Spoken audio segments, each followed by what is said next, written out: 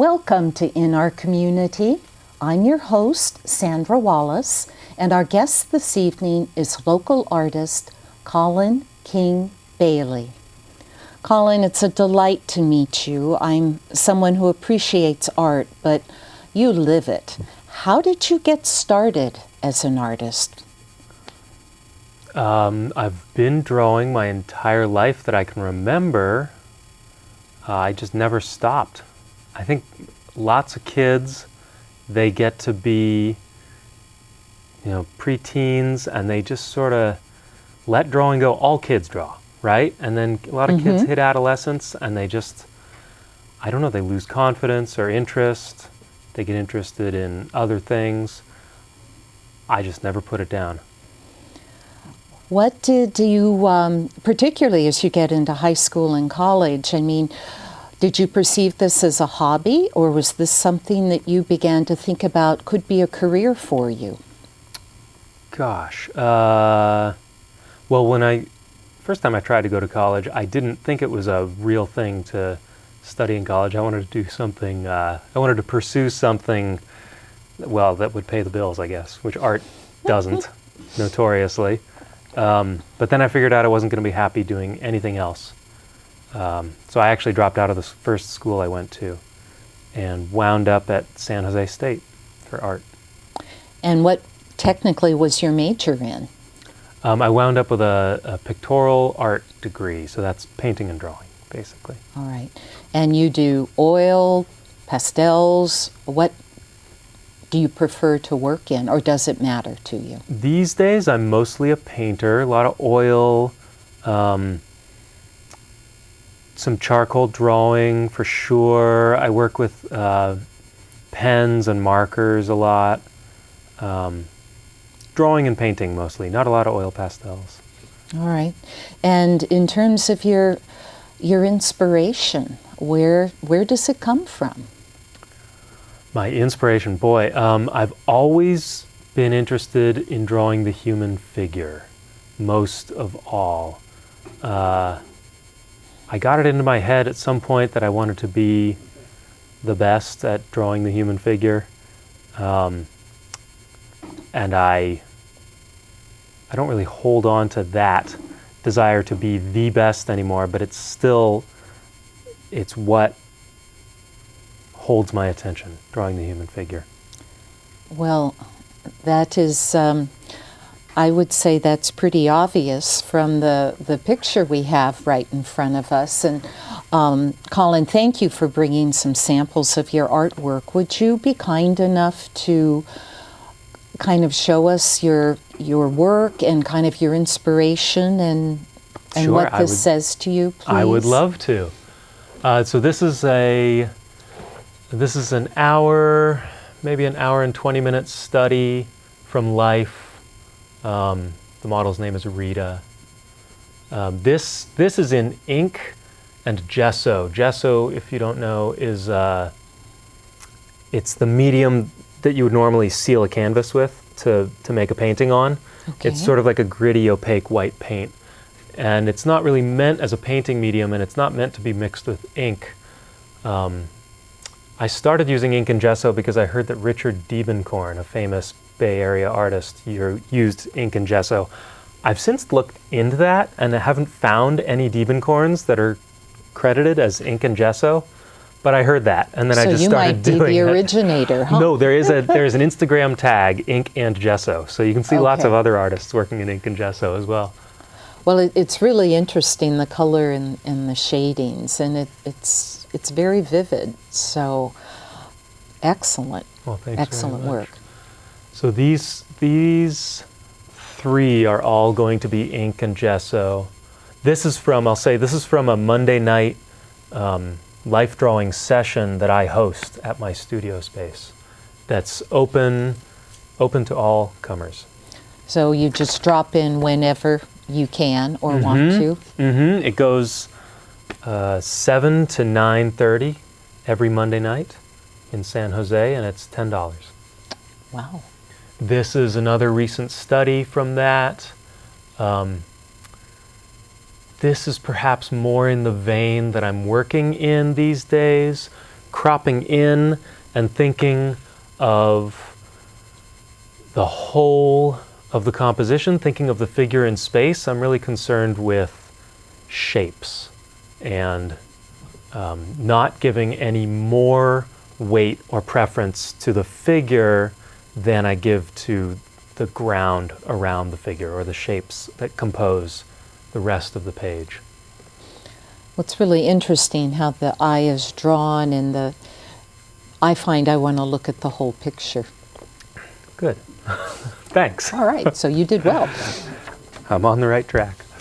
And this is more of an experimental thing. This, I'll admit, I'm showing it here on TV, and I don't know if it's done yet. I haven't decided. This is a new avenue for me. This is assembled from a bunch of short studies. We alternate at the Monday Life Drawing Open session. We do 1 week we'll do short poses, 1 week we'll do long poses. So those first two were long poses. Mm-hmm. This is from poses as short as 30 seconds, I want to say, and as long as 5 minutes. Just taking little snippets, little observations from each pose, one after the other, and finding ways to integrate them. So you're combining almost, collage isn't the right word, but that's the idea. Taking the concept of a bit here to create something totally new and different. Absolutely. Would that be right? And really looking for how contours in the figure sort of complement or suggest other contours in the figure and feel like they naturally run into each other, even if they aren't, even if they're an arm and a hip, or an ear and an armpit, or what have you. Well, it's definitely something that you can look at and for a period of time and see different things. So, very interesting. That would be my goal. Thanks. And this, I'll show one last thing, some color, just for fun, because people like color. This is a commission that I did for my financial planner, actually. I went to start a retirement account, and she wound up commissioning me to paint her dogs. So they're adorable. I just finished this past week. Thanks very much. Did you do this from a photograph, or did you kind of sketch them live? I mean, I can't imagine that they would sit still for you very long. No, they did not sit still. No, she definitely, she texted me a photograph. So this is entirely off my iPhone, actually, working off an image, that big. You have very good eyes. I guess so. I think that's Thanks. Darling. Well, your financial planner will be very happy, I'm sure. I think so. So you draw for yourself, you teach, you do commissions. Tell me more about your teaching. Do you work with children, as an example? I do. I started my teaching with children in 2010. Mostly homeschoolers. I think I've had just a couple of public school kids in my time. Almost entirely, I teach homeschoolers in their homes. I do a lot of drawing foundations type classes. I'm definitely concerned with providing a technical foundation that kids don't get in school. Public school art programs tend to be, they try to do everything. They try to give you a little smattering of everything, and I'm more narrowly focused on foundational drawing skills, because that's what I was really looking for and couldn't find when I was a kid. Well, I imagine if you teach people the right way and they build upon it, they're more likely to stay interested in drawing or art, even if it's just a personal hobby, not necessarily a career path. Yeah, I think so, and I hope so. Oh, good. So tell me about the other, obviously you teach adults, and is it the type of class, like you mentioned, your figure drawing, drop-in class? Do you have other types of concepts you teach, or how do you decide? I'm teaching a new class that I think is an original concept. I've never heard of it anywhere else. I'm teaching a 6-hour-a-week, 6-week workshop. It'll be yoga and figure drawing. So I'm a yoga teacher as well as an art teacher. So we'll do, in a 6-hour class, we'll do an hour and a half of yoga that'll include a little meditation, and then there'll be a talk to link the yoga practice to the way we're going to draw the figure for the day, and then we'll draw the figure for roughly 3 hours, and then I'll send everyone home with 20 minutes of yoga just so they can go home feeling good. Wow, that really is a unique concept, and I imagine being relaxed after yoga, or feeling, maybe relaxed isn't the word, but feeling refreshed might open you up to things, you might be more open, I guess, to suggestion or creativity. Is that realistic? Sure, yeah, I think you're right.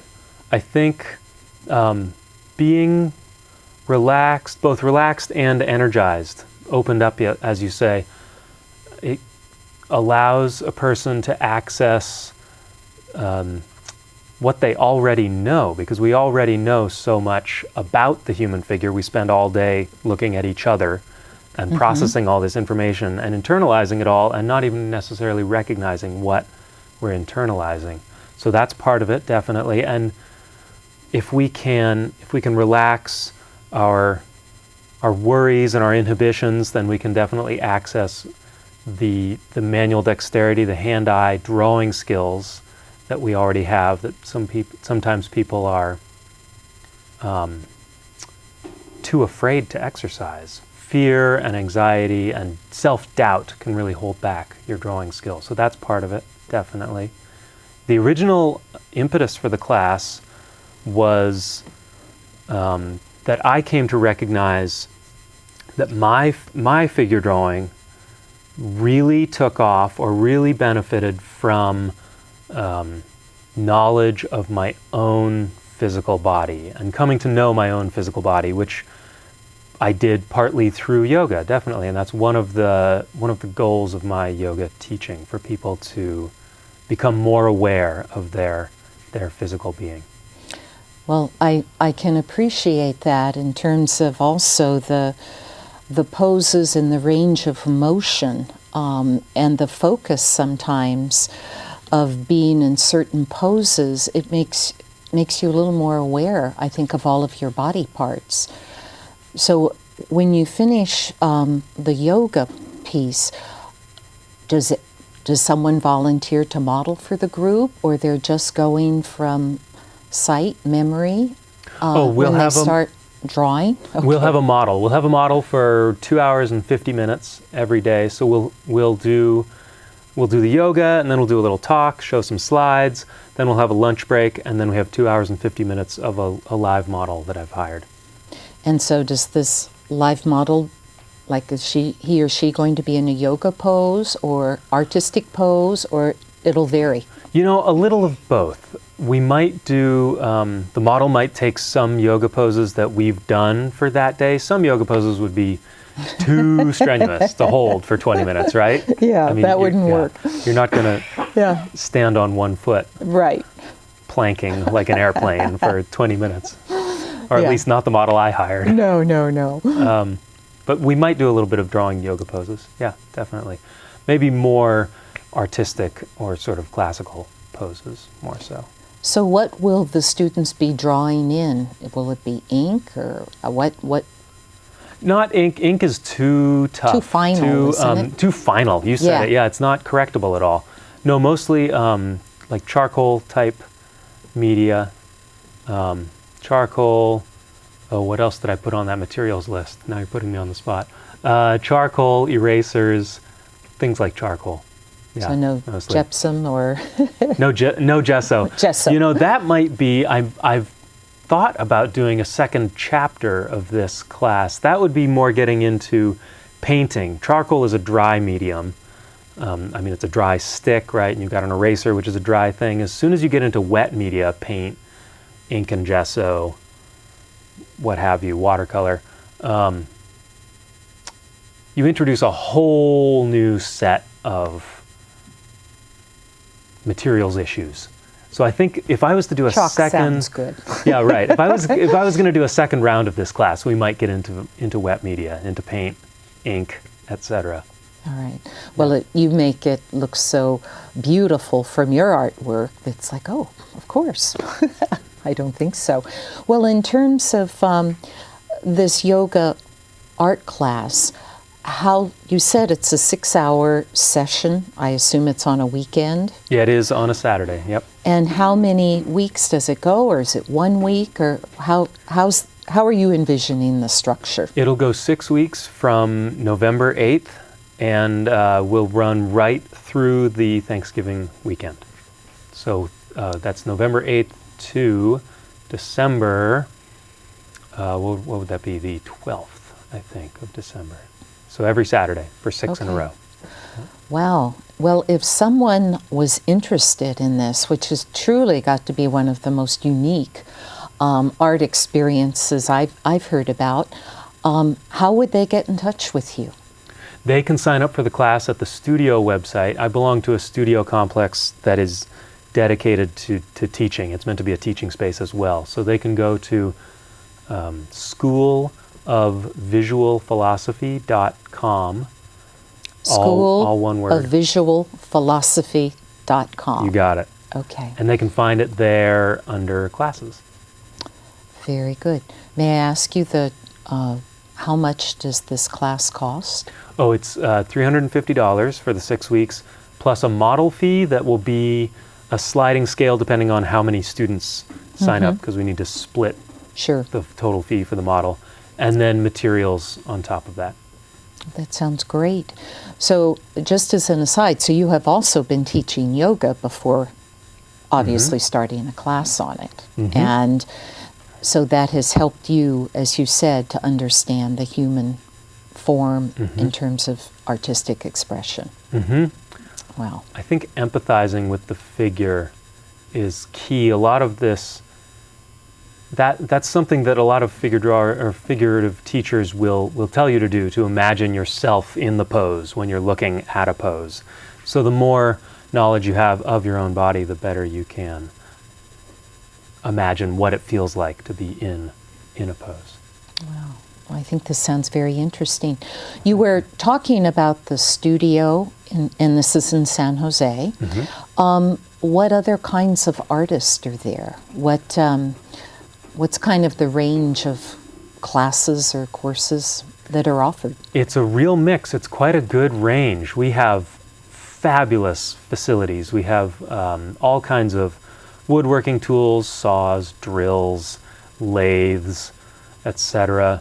We also have kilns and a foundry. I know nothing about the foundry, but I know that we're capable of pouring metal. We offer welding. And then there are the range of artists in the space. I would say it's mostly sculptors, partly because of these very special, unique facilities that we offer. And four painters, I think. And one very unique class that we offer right now, my studio mate is teaching a needle felting class. So she takes raw wool, and the process of felting is to poke it with a needle over and over again to sort of poke it in on itself. She takes the raw wool and makes sculptures out of the felting process. So she'll make a sculptural form. So she's teaching people to do that right now. So we really offer a pretty unique range of classes. Oh, and we have the sculpture side with woodworking, foundry, etc., and then we have a printmaking side, which is the only, I understand it's the only full-scale artist open print studio in San Jose. So we can do, or in the South Bay, in the whole South Bay. We can do intaglio processes, relief processes, we can do lithograph, we can do silk screen, and they offer classes in all of those things. Wow. So they offer classes for beginners, because some of these things seem kind of sophisticated for someone to just walk in and say, oh, I think I'd like to try that. You know, all the classes are meant for all levels, definitely. Yeah, we definitely welcome beginners, because if you already know what you're doing with printmaking, you can just rent studio time and come and use our gear on your own time, or you can get a studio membership where you don't have a studio in the space, but you can come for a certain number of hours a week to use the facilities. So the classes are definitely geared towards the absolute beginner who knows nothing about the process. I think that's great. Well, how long has the studio been operational? It's pretty new. We officially opened the first Friday of May. Oh, wow. Yeah. Wow. Yep. And you had mentioned something about, it seems that getting the word out would be really, really important, because I'm sure there are many people in this area who would like to explore or look into different parts of art, but where would you begin, that kind of thing? And you had said something, there might be a First Friday event, or maybe in the future. That's right. How are you bringing people in to see what you offer? We are having a First Friday event. We're usually open for First Friday. We're not part of San Jose's First Friday Art Walk because we're not exactly downtown, but there's always someone there First Friday who can show you around the space. So this First Friday we plan to have temporary exhibition walls up. We're going to show some work, and we're hoping that the majority of the studio members will be there to show their work and to show people around the space. Well, so is this studio all supported by the artist, or do you have any donors supporting this? Or is it all? Oh, it's totally a private endeavor, purely supported by the artists who are renting space and teaching there. Okay. Yeah. Well, I think the opportunity, I know that so many people in kind of our fast-paced life, outlets for creativity sometimes seem few and far between. Even though they're there, it's just, where do you go? How do you find them? And your opportunities for children, obviously, the private school children, you're definitely complementing the curriculum. But what about, have you done any sort of ideas for like outdoor trips, or maybe a spring break program for other type of children? I have a little bit. I did a hiking and painting class for a little group of kids. We went up to Alum Rock Park in San Jose, and we hiked around and painted landscapes and painted the interesting old buildings and things that they have at Alum Rock Park. I offered a class at Happy Hollow Zoo, which is also in San Jose, where we drew animals for, I think 10 weeks, 10 Fridays in a row. And in the spring, I'll offer something like that again. So far, it's planned to be at Kelly Park, also in San Jose. That's where Happy Hollow is. And we'll go to the Japanese Friendship Gardens. We'll go to History Park in San Jose and do some painting and drawing. And there are also some urban farming projects around there, so we might go there and draw the animals, the farm animals they have, paint the landscape on the farm, etc. Well, I think those are great ways of creating interest, that art can be whatever you want it to be. And do people, if they want to, a lot of your classes are really based with live models. Would that be correct in terms of particularly studying the human body and drawing it? Yeah, absolutely. For adults, definitely. It's harder for kids. I mean, to get a live nude model, you need a special waiver. Kids got to have a certain level of maturity. I wouldn't want to go there. Right? Yeah. You can find that around if you look, especially like accelerated summer programs. But then, like I said, the kids have to have a level of maturity.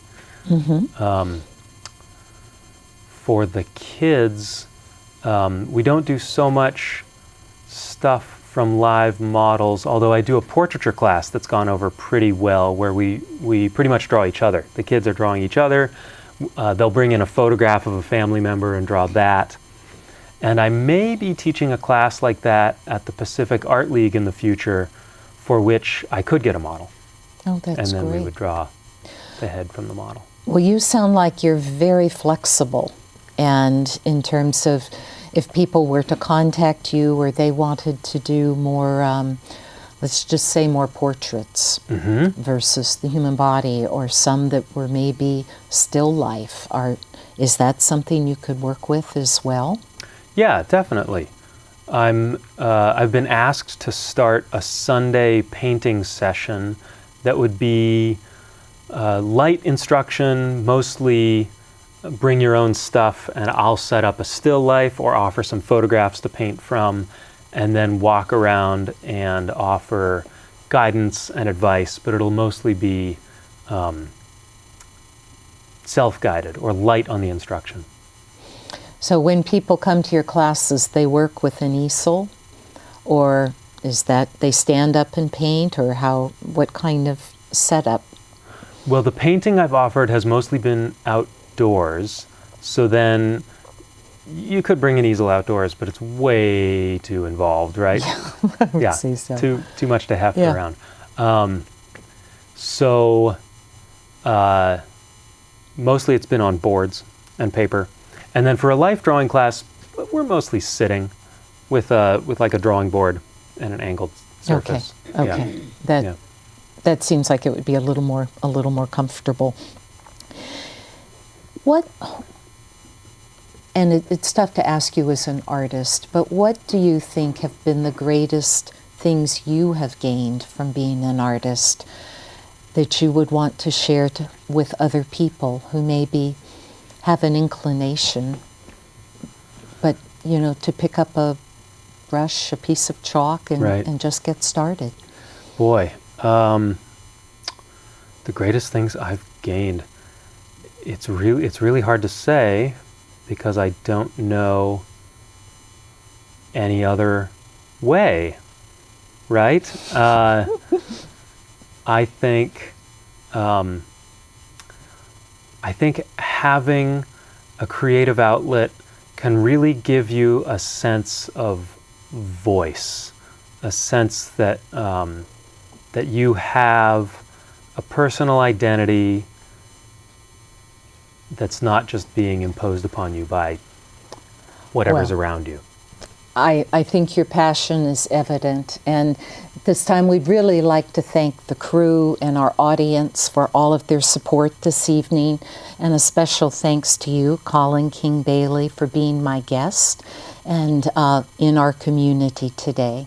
So until next time, this is Sandra Wallace. Thank you.